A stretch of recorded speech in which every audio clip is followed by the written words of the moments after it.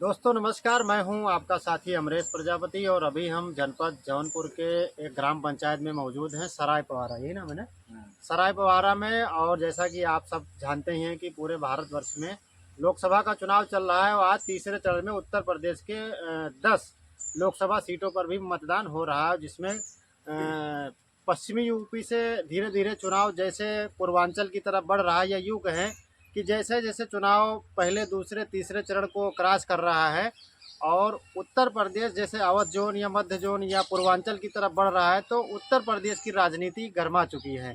प्रधानमंत्री मोदी जी कई तरह के वादे कर रहे हैं, बहुत सारी जन कल्याणकारी योजनाएं ज़मीन पर जो लागू किए हैं ग्रामीणों के लिए।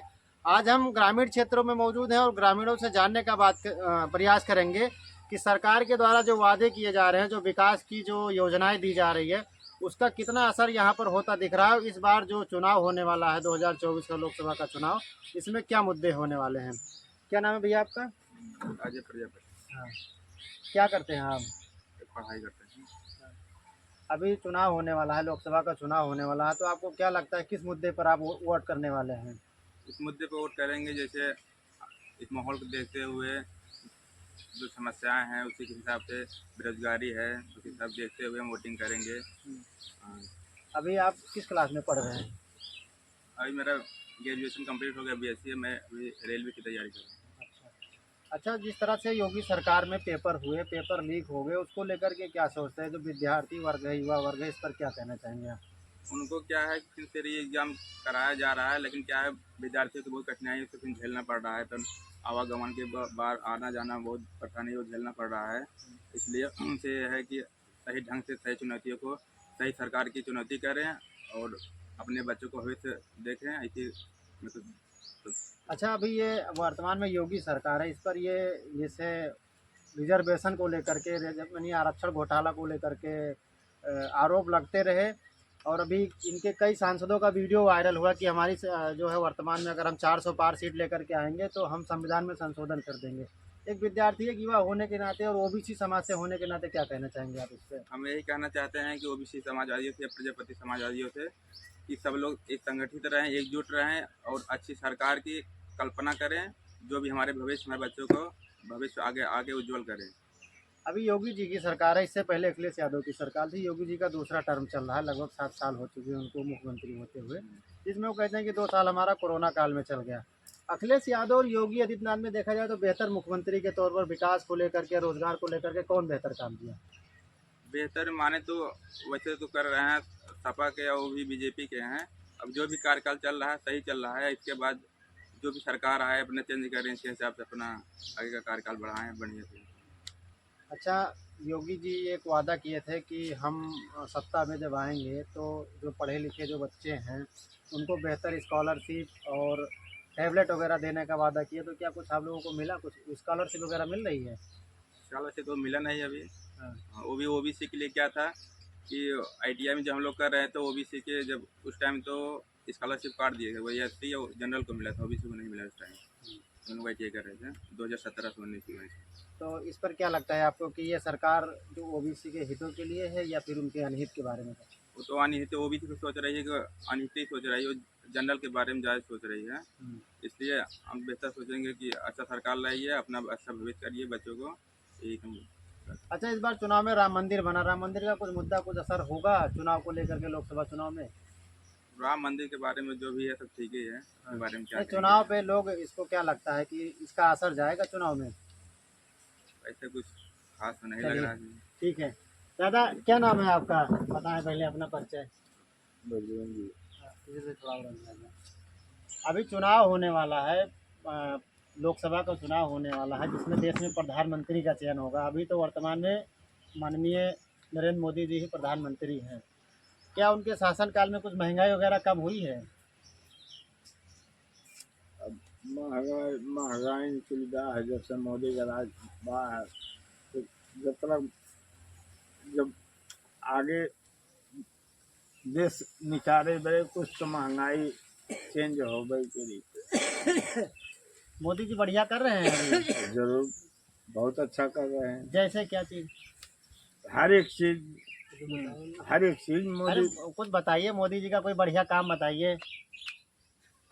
मोदी जी के जब से राज आए हुए ना तब से पृथ्वी पे देखा सब जगह उजाला ही उजाला दिखा।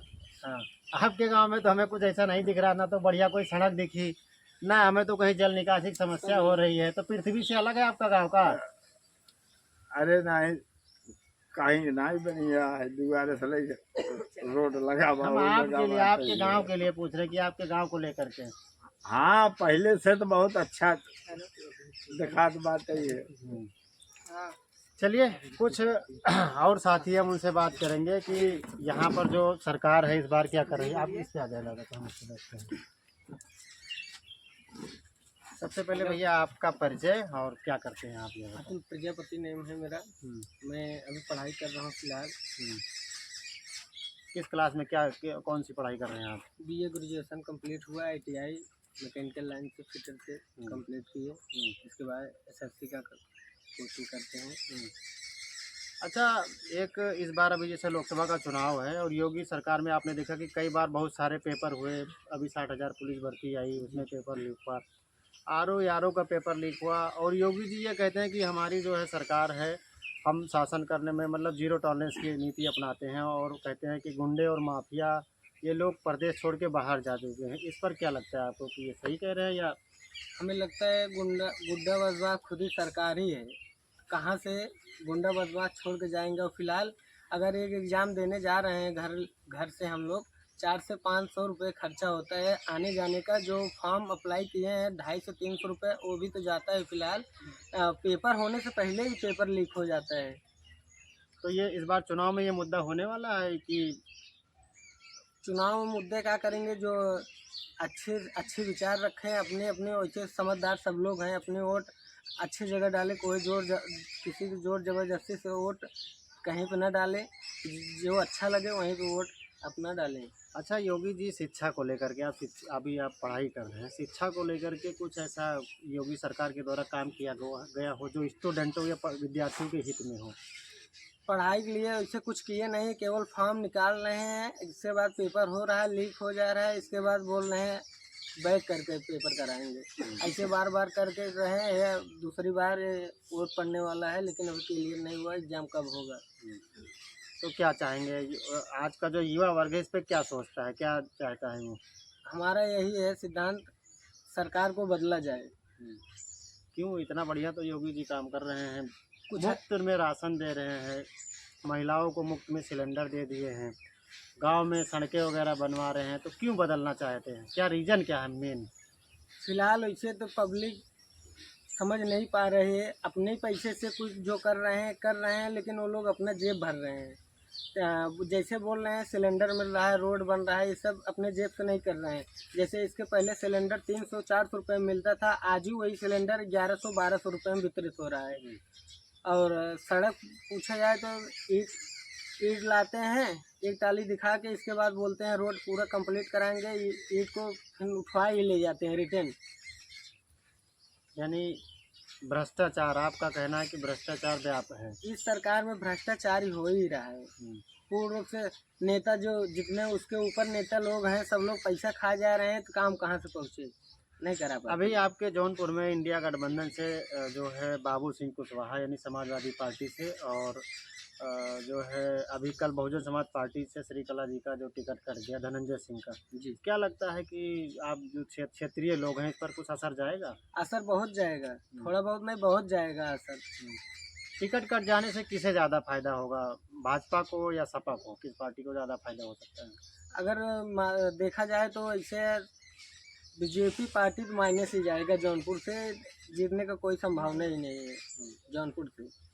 अच्छा, एक सवाल मुझे आपसे ये रहेगा कि जैसे हम ग्रामीण सरकार जो ये कह रही है कि हम ग्रामीण क्षेत्रों के लिए जल निकासी और पानी की विशेष समस्या हर गांव में लगभग आ रही है जी, तो सरकार का जो हर घर नल और हर घर जल पहुंचाने का जो वादा है, क्या आपके गांव में ऐसा कुछ काम किया गया सरकार के द्वारा? अभी तो हमारे यहाँ केवल पाइप बिछा है। इसके बाद बोल रहे हैं 2024 जल मिशन कंप्लीट, लेकिन हमें तो नहीं लग रहा है 2024 में जल मिशन कंप्लीट हो जाएगा। ये तो जाएगा 26-27 जाएगा।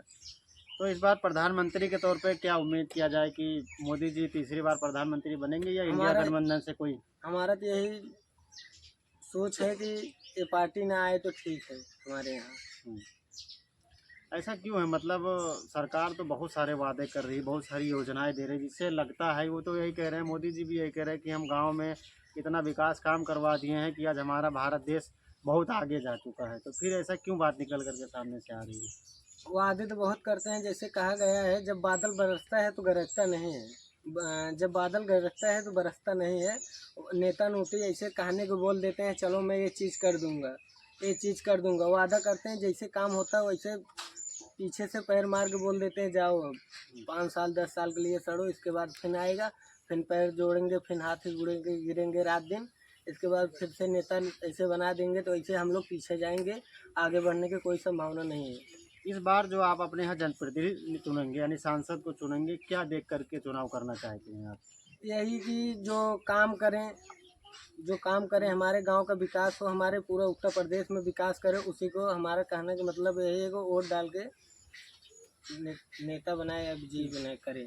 अच्छा, अगर जैसे ये देखा कि जैसे जैसे चुनाव बढ़ रहा है, हिंदू मुसलमान की तरफ चुनाव को लेकर के जा रहे हैं, इस पर क्या आपकी राय है कि हमारे देश में जो चुनाव होना चाहिए उसका मुद्दा शिक्षा, स्वास्थ्य, रोजगार होना चाहिए, या हिंदू मुसलमान करके होना? शिक्षा और रोजगार का होना चाहिए। हिंदू और मुसलमान बांटा गया नहीं है, अगर काटोगे तो एक ही ब्लड निकलेगा, लेकिन नेता लोग क्या बोलते हैं, वो मुस्लिम है, हिंदू है, ये राम मंदिर, ये सब ऐसे कुछ लेना देना नहीं है। यानी सरकार, नेता अपने स्वार्थ के लिए हिंदू कुछ भी बोल मुसलमान सकते करके वोट बढ़ाने का प्रयास करती है।